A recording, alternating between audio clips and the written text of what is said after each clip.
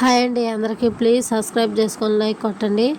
ఇక్కడ వచ్చేసి నాది చిన్న ఛానల్ అండి, సబ్స్క్రైబ్ చేసుకోండి. ఇక్కడ వచ్చేసి 2 స్పూన్లు మెంతులు, 1 స్పూన్ ఆవాలు, 1 స్పూన్ జీలకర్ర అన్నీ వేయించుకోవాలా. తర్వాత పండుమిరపకాయలు 2 కేజీలు, 2 కేజీలు పండుమిరపకాయలని బాగా శుభ్రంగా కడుక్కొని తుడుచుకొని పొడిగుడ్డ పెట్టి తుడుచుకొని శుభ్రం చేసుకొని ఎండలో పెట్టుకోవాలా. ఎండలో పెట్టుకుంటే తేమ అనేది లేకుండా ఉంటుంది.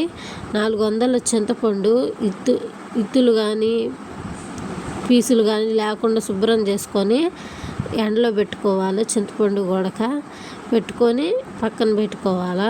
ఎండిన తర్వాత తెచ్చుకొని పక్కన పెట్టేసుకోవాలా. ఈ పొడి వచ్చేసి మెంతుల పొడి, ఇందాకలా దినుసులు వేయించినాం కదా ఫస్ట్లో, ఆ దినుసుల పొడి వేయించి పౌడర్ చేసి పక్కన పెట్టేసుకోవాలి. పొడి చేసి చింతపండు 400 చింతపండు పట్టిద్ది. ఉప్పు వచ్చేసి 4 గిద్దలు ఉప్పు పట్టిద్ది. 2 కేజీలకి 4 గిద్దలు ఉప్పు, 2 కేజీలకి 400 చింతపండు పట్టిద్ది.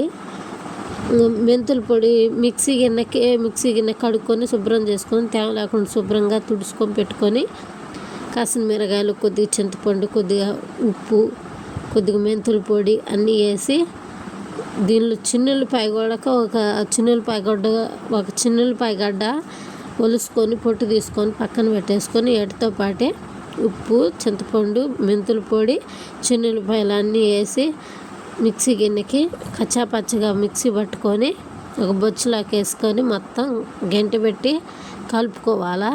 మొత్తం కలిసే విధంగా కలుపుకున్న తర్వాత ఒక డబ్బా తీసుకొని శుభ్రంగా కడుక్కొని శుభ్రంగా తేమ లేకుండా శుభ్రంగా కండబెట్టి తుడుచుకున్న తర్వాత మనం డబ్బాకి స్టోర్ చేసుకోవాలా. గిన్నెలోకి వేసుకొని మొత్తం కలుపుకున్నాం కదా, మొత్తం కలుపుకున్న తర్వాత ఇప్పుడు డబ్బాకి స్టోర్ చేసుకుందాము.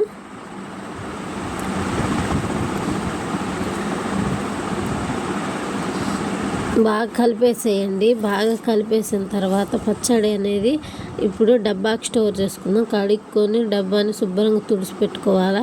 తేమ లేకుండా చేసుకొని నీళ్ళు అనేవి తగలకూడదు. అప్పుడే మనకి ఎంత పచ్చడి అయినా కానీ సరే సంవత్సరం పాటు నిల్వ ఉంటుంది. మనకి ఇబ్బంది లేకుండా మనం కావాలన్నప్పుడు పచ్చడి వేసుకొని తినొచ్చు. అలా పచ్చడి అంతా డబ్బాకు పెట్టేసుకొని మూత పెట్టేసుకొని పక్కన పెట్టుకోవాలా. ఇప్పుడు కాస్త గిన్నెలోకి పచ్చడి తీసుకుందా. కొద్ది గిన్నెలోకి పచ్చడి తీసుకొని తాలింపు వేసుకుందా.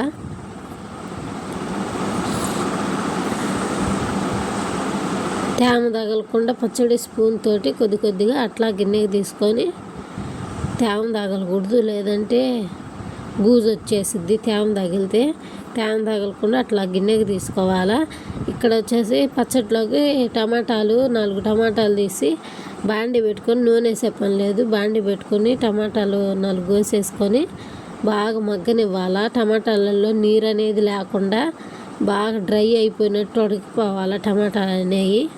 అప్పుడు దాకా మగ్గించుకోవాలా. టమాటాలు ఇట్లా డ్రై అయిపోయిన దాకా మగ్గించుకొని టమాటాలని మిక్సీ గిన్నెకి వేసుకోవాలా. టమాటాలు మిక్సీ గిన్నెకి వేసుకొని దానిలోనే మిక్సీ గిన్నెలోనే మనం ముందుగా తీసుకున్న పచ్చడి వేసేసుకోవాలి.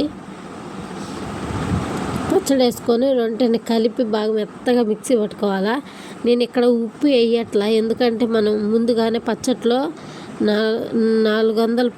4 గిద్దలు ఉప్పు వేసుకున్నాం కదా, అదే సరిపోతుంది. అందుకని చెప్పి నేను ఉప్పు వేయాల.